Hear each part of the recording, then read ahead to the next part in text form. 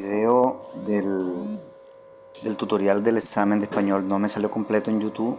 Lo grabo aquí esta segunda parte, ¿verdad? Habíamos quedado por la fábula del pastorcito mentiroso, un jovencito que se ponía a gritar que venía el lobo y las personas del pueblo salían a resguardar las ovejas de manera alarmada y era una mentira. El día que fue cierto que el lobo venía a comerse las ovejas, el jovencito comenzó a gritar, pero entonces ninguno le creyó y el lobo terminó hasta comiéndoselo a él. Entonces, ¿cuál es la moraleja de esta fábula? Que al mentiroso se le es difícil creerle la verdad cuando la dice. Bien, tenemos también los mitos, que son relatos ficticios cuyos protagonistas son los dioses y héroes. Los mitos buscan dar explicaciones, ¿verdad?, a determinadas realidades, fenómenos naturales, realidades de la naturaleza. Por ejemplo, tenemos aquí el mito de Hércules, que es un héroe de Grecia, hijo del dios Zeus. Y tenemos también el mito aquí de Poseidón, el dios del mar. Con este mito, los griegos, muchos siglos antes de Jesucristo, buscaban explicar toda esta cuestión de la marea, ¿verdad?, del movimiento del mar. Como en ese tiempo no había ciencia, a la gente se le daba por explicar las cosas de la naturaleza a través de los mitos, es decir, dando explicaciones por medio de la acción de divinidades, de dioses. También se va a tener en cuenta en el examen los elementos de la comunicación y hay que aprenderse estos conceptos, ¿verdad? ¿Qué es el emisor, el que transmite la información? ¿Qué es el código, las palabras, signos, señales que transmitimos? ¿Qué es el receptor, o sea, la persona quien recibe la información? ¿Qué es el mensaje, verdad? Que es la información enviada y recibida.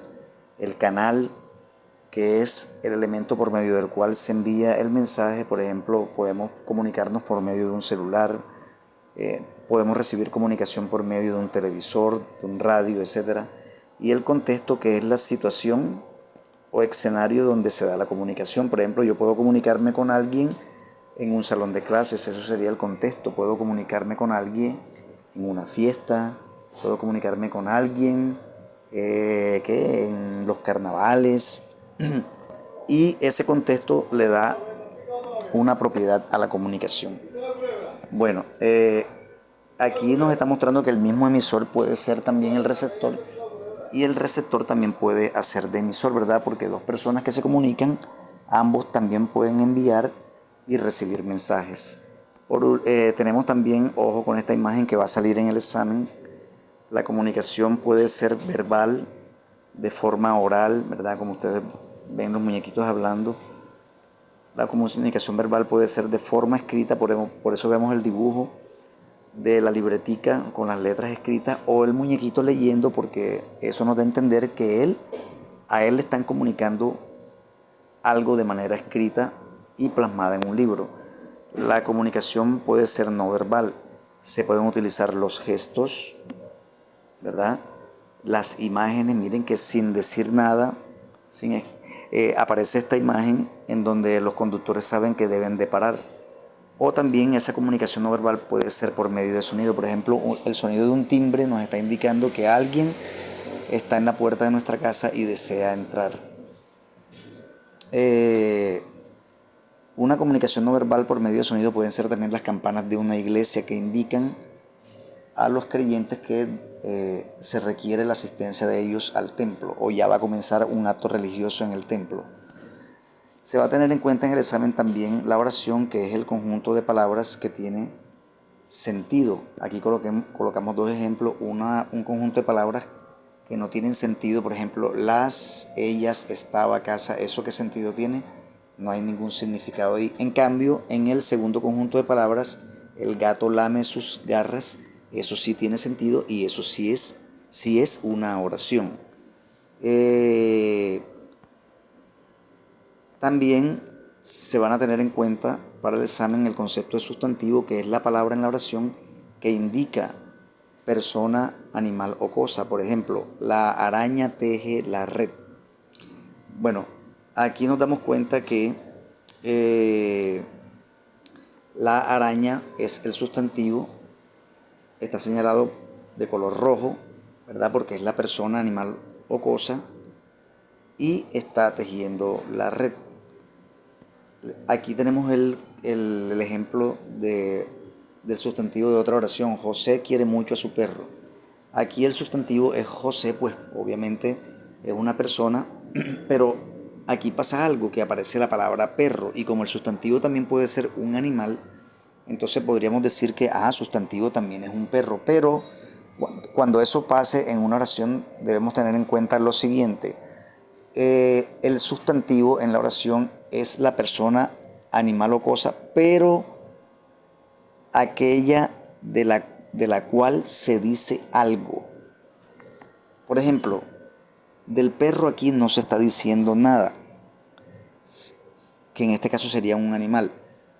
Pero en cambio, José, que es una persona, de José sí se dice algo. ¿Qué se dice de José? Que quiere mucho a su perro, ¿ok? Por lo tanto sería el sustantivo de la oración. También se va a tener en cuenta el concepto de verbo, que es la palabra en la oración que indica la acción. Fundamentalmente indica la acción del sustantivo, o sea, de la persona, animal o cosa. En este caso, vamos a poner otra vez el ejemplo de la araña teje la red, ¿verdad? ¿Y cuál es la palabra que indica la acción, la que está de rojo?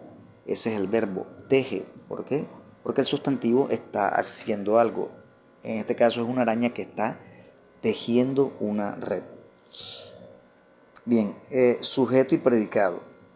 El estudiante también en el examen debe ser capaz de señalar el sujeto y el predicado de una oración. El sujeto se subraya como ustedes lo ven ahí, y sencillamente el sujeto de una oración es el mismo sustantivo. Entonces se subraya, como ustedes lo ven ahí con azul, y se coloca debajo la palabra S mayúscula indicando que es el sujeto. También debe señalarse el núcleo del sujeto, es decir,